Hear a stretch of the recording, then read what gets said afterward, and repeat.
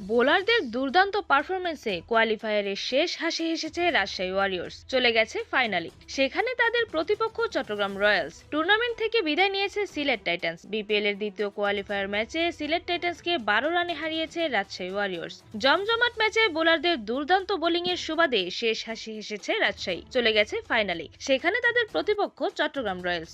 মিরপুরে টসে হেরে আগে ব্যাট করতে নামে রাজশাহী ওয়ারিয়র্স। শুরুটা দারুণ করে রাজশাহী। তানজিদ হাসান তামিম এবং সাহেবজাদা ফারহানের ওপেনিং জুটি থেকে চলে আসে 41 রান। ধুমধারাক্কা ব্যাটিংয়ে দ্রুত গতিতে রান তুলেছেন তানজিদ। 21 বলে 26 রান করে বিদায় নেন ফারহান। তানজিদ আরো কিছুক্ষণ টিকে ছিলেন। পাওয়ার প্লের 6 ওভারে 1 উইকেট হারিয়ে 61 রান তোলে রাজশাহী। 3-এ নেমে এক প্রান্ত ধরে খেলেছেন কেইন উইলিয়ামসন। 15 বলে 32 রান করা তানজিদ থামেন দলের 62 রানের মাথাতে। 4-এ নামা নাজমুল হোসেন শান্ত বেশিক্ষণ টেকেননি। 10 বলে 7 রান করে বিদায় নিয়েছেন তিনি। এরপর ডাক মেরে বিদায় নেন মুশফিকুর রহিম এবং SM মেহরাব হোসেন। 1 বলে 0 রান করেছেন মুশফিক, মেহরাব করেন 3 বলে 0 রান। শেষ দিকে জিমি নিশামের সাথে ভালো একটি জুটি হয় উইলিয়ামসনের। দারুণ কার্যকরী ব্যাটিংয়ে রান তুলেছেন নিশাম, হাঁকিয়েছেন দারুণ সব বাউন্ডারি। দলের চাহিদা মিটিয়ে আগ্রাসী ব্যাটিংয়ে রান বের করেছেন নিশাম। দারুণ সঙ্গ দিয়েছেন উইলিয়ামসন, বেশি আগ্রাসী না হলেও ছিলেন সাবলীল। 26 বলে 44 রানের ঝলমলে এক ইনিংস খেলে সাজঘরে ফিরে যান নিশাম। ততক্ষণে অবশ্য 150 পার করে ফেলেছে রাজশাহী।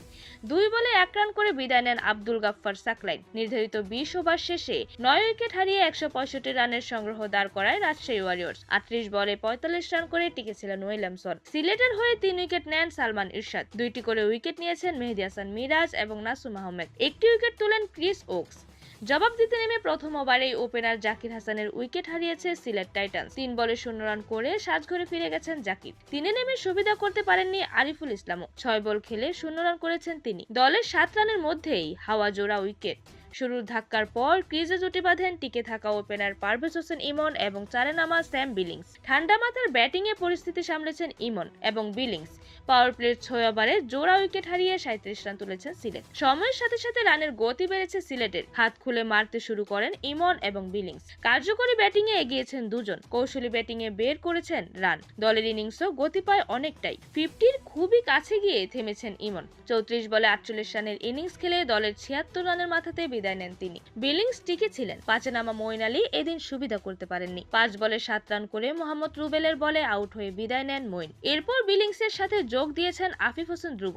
ভালোই এগোচ্ছিল দুজনের জুটি, তবে বিলিংসকে ফিরিয়ে দিয়ে খেলা জমিয়ে দেন আব্দুল গাফফার সাকলাইন। 28 বলে 37 রান করে সাজঘরে ফিরেছেন বিলিংস। এরপর টানা 2 ওভারে আফিফ এবং মেহেদী হাসান মিরাজের উইকেট হারিয়ে ফেলে সিলেট। আরো বেড়েছে চাপ। 12 বলে 21 রান করেন আফিফ, 13 বলে 9 রান করেন মিরাজ। শেষ দিকে অনেক লড়াই চালিয়েছেন ক্রিস ওকস। শেষ 2 ওভারে সিলেটের দরকার ছিল 29 রান। 19তম ওভারে মাত্র 5 রান দেন আব্দুল গাফফার সাকলাইন। শেষ ওভারে একের পর এক স্লোয়ারে বিনুরা ফার্নান্দো দেন 11 রান। ম্যাচটা 12 রানে জিতে নেয় রাজশাহী ওয়ারিয়র্স। রাজশাহীর হয়ে 19 রান খরচায় 4 উইকেট নেন বিনুরা ফার্নান্দো। একটি করে উইকেট তুলেন মোহাম্মদ রুবেল, আব্দুল গাফফার সাকলাইন এবং তানজিদ হাসান সাকিব। দারুণের জয়ের ফলে ফাইনালে চলে গেল রাজশাহী। সেখানে তাদের প্রতিপক্ষ চট্টগ্রাম রয়্যালস। এরকমই যে কোনো খেলার আপডেট সবার আগে পেতে অবশ্যই চ্যানেলটি সাবস্ক্রাইব করে রাখুন। ধন্যবাদ। প্লেবাজ নিউজ।